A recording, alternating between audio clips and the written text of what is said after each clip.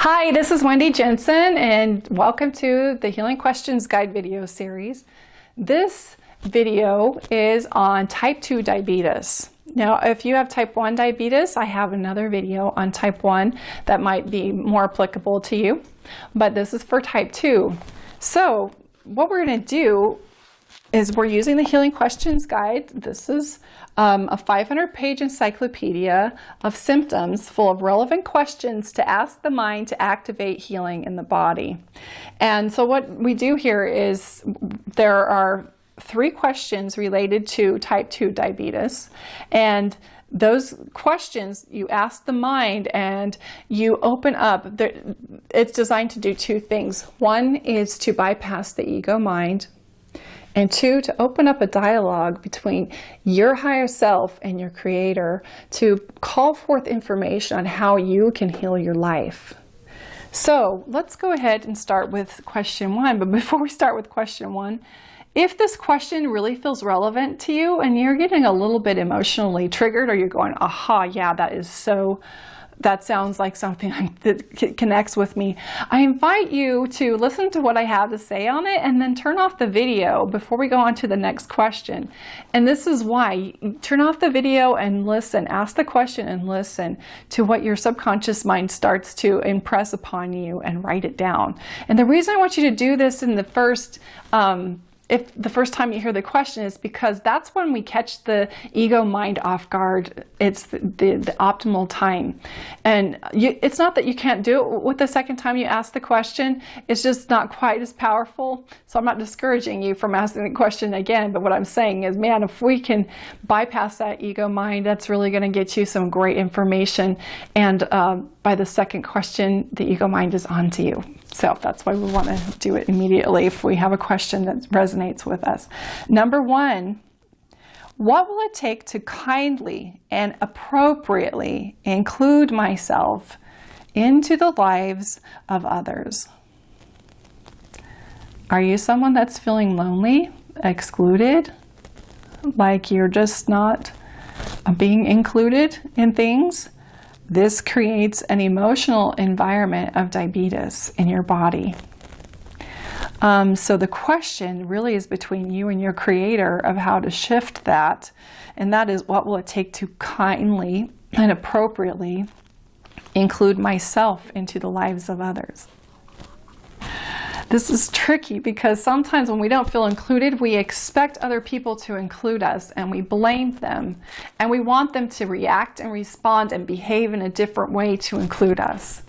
That doesn't work. Whenever we want someone outside of us to change so that we can be happy, that is not sustainable. It's not going to work. And so that's why the question is worded this way. What will it take to kindly and appropriately include myself into the lives of others? That means it's all up to you to include yourself in a way that's relevant for them, in a way that they want you to be around, in a way that they love to be in your presence. And that's a lot of internal investigation. So the next question is, what will it take for me to stop blaming others for how I feel in social situations? That's a hard one too. This has a secondary question here. What would be a healthier mindset? So you are in charge of the way you feel in social situations. Nobody can change that for you. It would be nice if somebody would come up and just include you, and all of a sudden snap, all your fears and your social inhibitions were just dissolved. And maybe you'll use alcohol to do that, or drugs, or whatever. But how can you do it in a way that's sustainable? How can you feel so confident about yourself that you don't need other people to change in order for you to be happy? This is a skill. You know, people say happiness is a choice, and I say that's baloney. It really is baloney. Happiness is a skill. It's learning how to draw from the well within to cause yourself to be happy and to notice all the wonderful things in your life, and to not expect anything or anyone outside of you to create that for you. It's a skill. It is so much more than just a choice, because if it were just a choice, we would all choose it, right? Let's go to number 3. What will it take for me to take off all my protective armor and be willing to be a little more vulnerable in my relationships and in my social settings? So you see, type 2 diabetes is really kind of has to do with our feeling about how we are in the world and how we perceive the world is to us.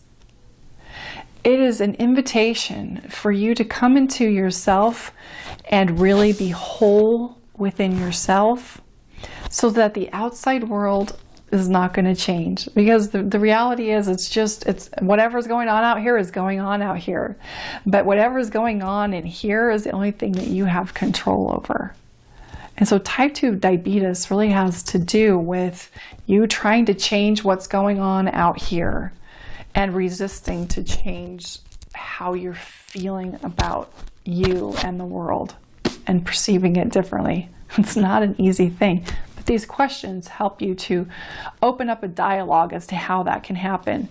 Now I'm going to include the positive affirmation here, and the reason this affirmation is so important is because it kind of becomes the prescription or the antidote, if you will, to the emotional and psychological and spiritual roots that are contributing to diabetes. Now, whatever you're doing on a medical plane, or whatever you're doing to physically to treat your diabetes, I'm not telling you that's not important. What I am telling you is that if you don't come to the psychological awareness of what's contributing to the diabetes, you're really going to have a hard time bringing it into balance. Because you're just creating an environment for the diabetes to continue showing up. So here's a positive affirmation. I put this on your mirror. You can use whiteboard markers to put it on your mirror. You can type it up and put it in your bathroom. You can keep it in your wallet, put it on the fridge, somewhere where you're going to see it. It's like your little mental, emotional, psychological, spiritual prescription, if you will. And here we go. As I love and accept myself, my insulin levels balance out. I allow myself to be loved by others. I include myself in social situations and I respond positively to social cues. The more I love to be around people, the more people love to be around me. So there's a lot to learn from having this type 2 diabetes. There's a state within your body that's resistant to being one with your social environment. And that is why you need to open up a dialogue between you and your creator to reverse that. I hope you've enjoyed this little series on diabetes 2. You can get the Healing Questions guide on Amazon, or you can go to my website, wendyjensen.com. And you'll find this 500-page encyclopedia. It's so detailed. It goes through every tooth, every toe, every nail, it becomes like a navigating tool for you to troubleshoot the bioelectromagnetic instrument of your body. So it's a great tool for you to have. I hope you have a beautiful, beautiful life.